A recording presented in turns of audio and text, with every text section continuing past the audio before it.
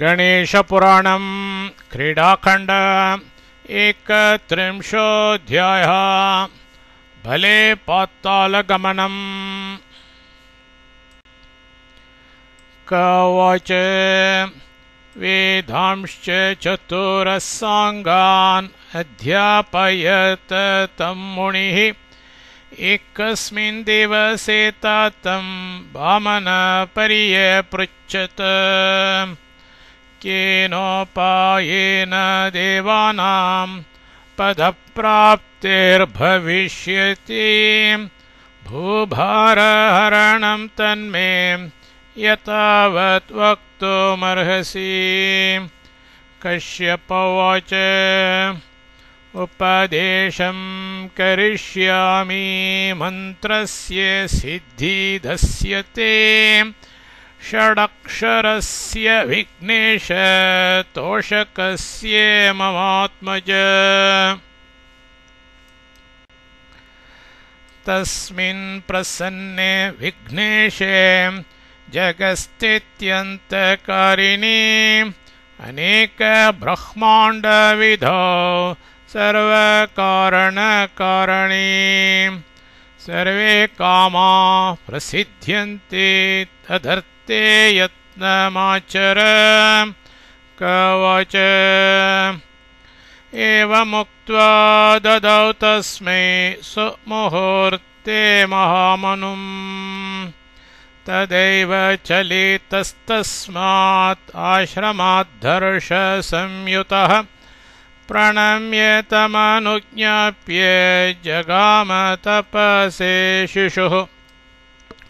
भ्रमत ददृशे तेन विदर्भे स्थानमुत्तमम्। लतावृक्षसमाकीर्णं कासारपरिशोभितम्। तत्र पद्मासनं कृत्वा जजाप तं मनुं शुभम्। षडक्षरं वर्षमात्रं निराहारो जितेन्द्रियः। निर्वाणं तस्य तज्ञात्वा विरासीत् सिद्धिबुद्धियोक्। मयूरवाहनो देवः शुण्डादण्डविराजितः। विलसद्दशदोर्दण्डो रत्नमालाविभूषितः। आशीविशलसन्नाभेर्णानालङ्कारशोभितः।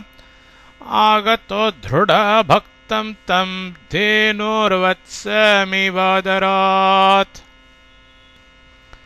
वामनस्तं पुरो दृष्ट्वा सर्वतेजोभिभाविनं। सर्वसिद्धिकरं देवं सर्वविघ्ननिवारणम्। नुणाव परया भक्त्या देवदेवं गजाननम्। वामन उवाच अव्यक्तं व्यक्तहेतुं निगमनुतनुं सर्वदेवाधिदेवं। ब्रह्माण्डानामधीशं जगदुदयकरं सर्ववेदान्तवेद्यम्। मायातीतं स्ववेद्यं स्थितिविलयकरं सर्ववेद्यानिधानं। सर्वेशं सर्वरूपं सकलभयहरं कामदं कान्तरूपं।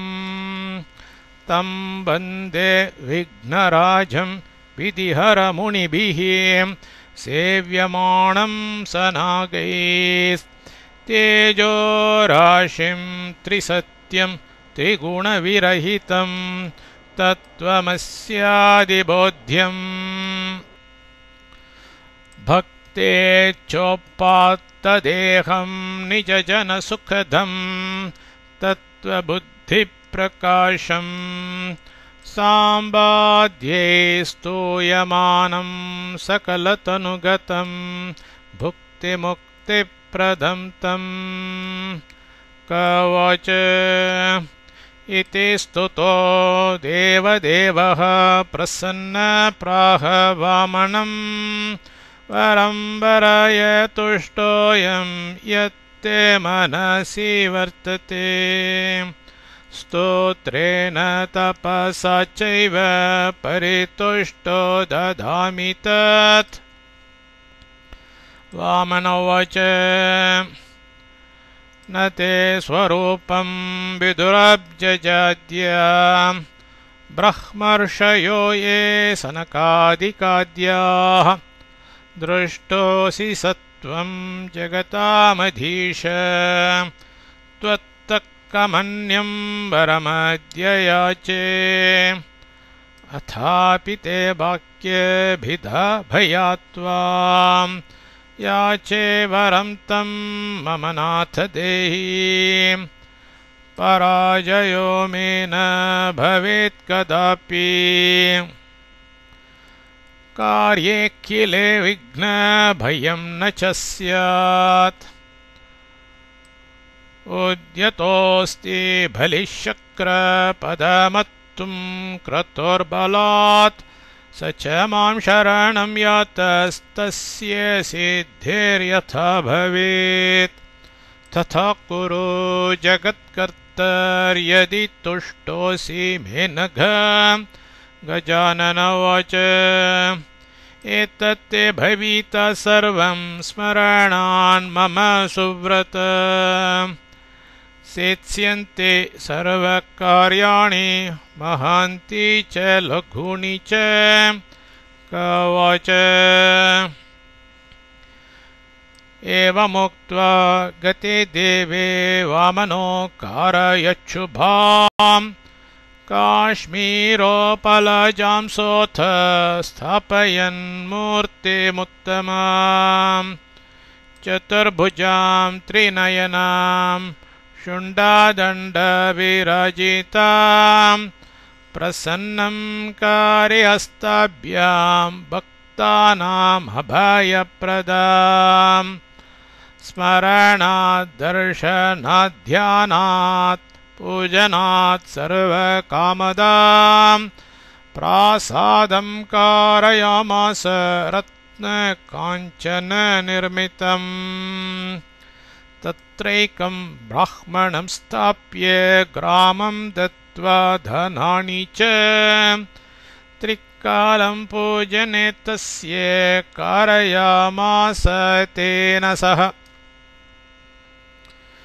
आगत स्वगृहं नत्वा पितरं सर्वमब्रवीत् तपश्च तत्फलं चाथ यज्ञं गन्तुम् अपृच्छत कश्यपेनाभ्यनुज्ञातो वामनो दर्भदण्डभृत् सूत्रकृष्णाजिनधरो मेखली यज्ञमाययो ह्रस्वाकृतिं मुनिं दृष्ट्वा मुनयो विस्मितास्तदा नायं मुनिर्यतस्तेजो दृश्यते परमाद्भुतम् तं दृष्ट्वा परमायान्तं बलिरुत्थाय सत्वरं कोऽसि त्वमिति पप्रच्छ नत्वा तं कुत आगतः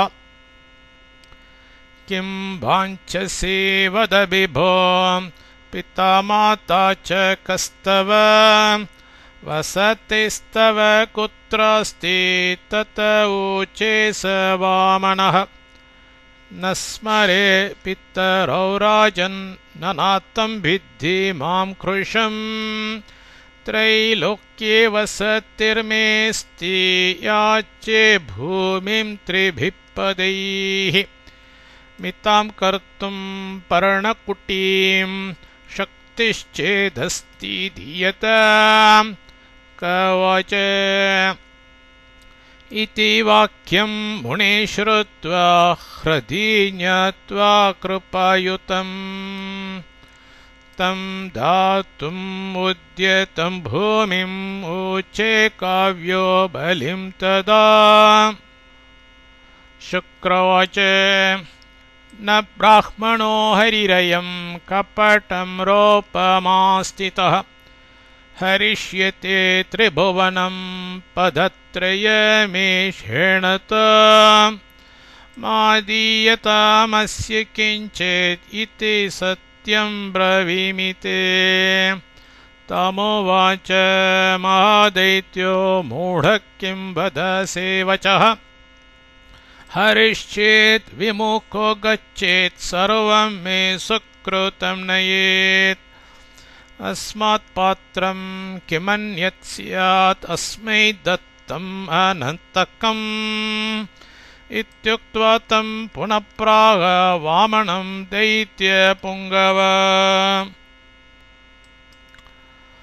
ब्रह्मन् दत्ता मया भूमिः सङ्कल्प क्रियतामिति वामनप्रागराजानं सङ्कल्पयितुमुद्यतः तावद्धारां निरुद्यैव स्थितशक्रोऽन्यदेहतः ददौ शलाकां तत्पात्रे भग्ननेत्रो बहिर्गतः ततः पाणितले तस्य वामनस्य जलं ददौ स्मृत्वा गणेशं बवृधे वामनो हर्षनिर्भरः मूर्ध्न्याक्रम्य स्वर्गलोकम् एकपादेन रोदसी पातालान्यपरेणापि दत्तं तन्मस्तके परम् ततोचे बलिं देवो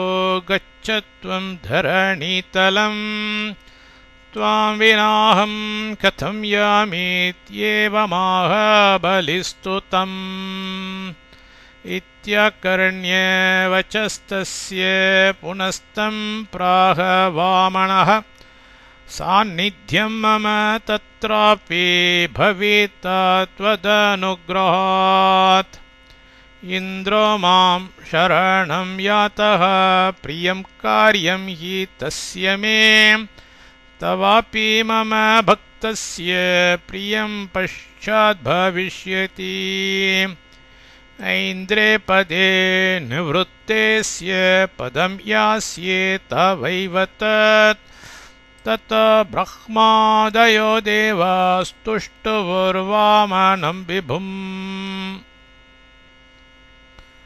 मुमुचु पुष्पवर्षाणि वाद्यानि ववधुस्सुराः पुपूजुस्तेऽपि सर्वे च जगुश्च नृतुपरे ततश्चान्तर्दधे देवो वामनोऽनन्तविक्रमः स्वं स्वं स्थानं गतदेव यथा पूर्वं मुदान्विताः कवच एवं तेन कृतमूर्तिर्विख्याता भूजगत्त्रये गजाननस्य देवस्य सर्वेषां कामधाण्डॄणाम् इत्येतत् कथितं सर्वं प्रसङ्गात् बलिचेष्टितम् लाघवं वामनस्यापि महिमा सुमुखस्य